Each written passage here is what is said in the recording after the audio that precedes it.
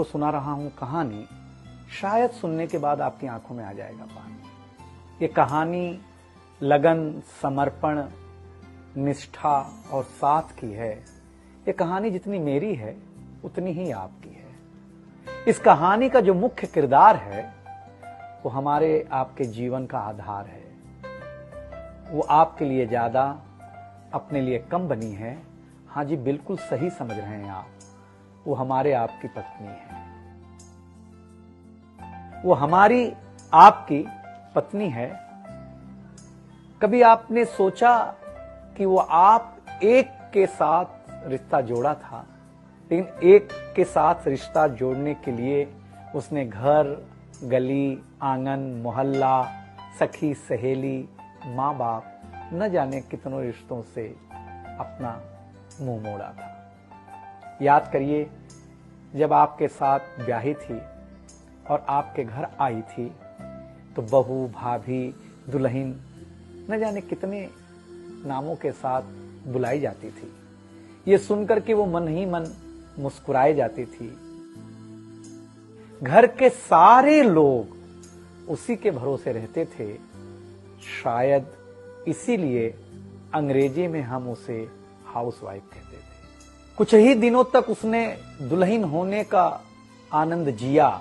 फिर झाड़ू, पोछा, बर्तन, चूल्हा, चौका, इन सब ने उसको जकड़ लिया।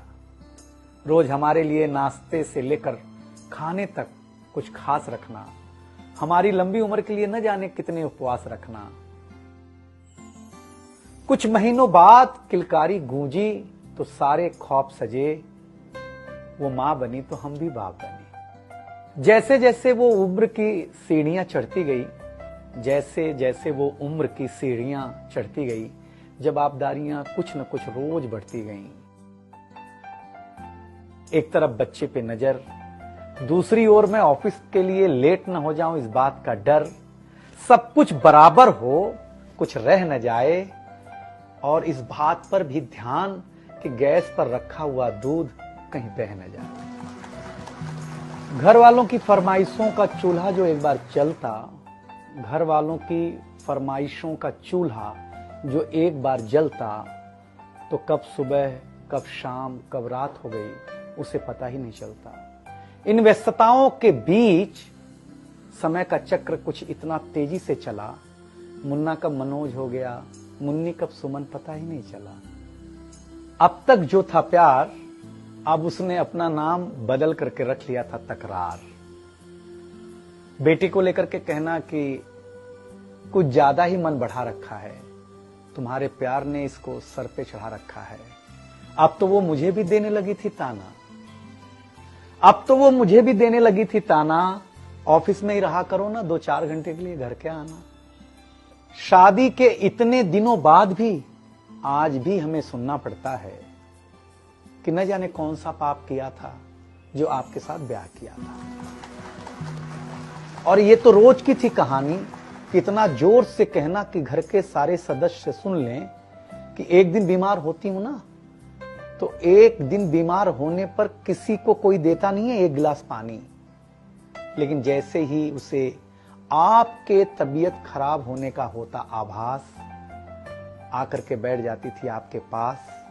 याद तो होगा ना वो मीठी बातों के साथ माथे पर विक्स लगाना, और साथ में कान में यह भी कहना कि कल सुबह अगर अच्छा ना लगे तो फिर ऑफिस मत जाना। लेकिन एक दिन समय ऐसे मोड़ पर ले आता है जहां बदल जाता है जिंदगी का ताना बाना।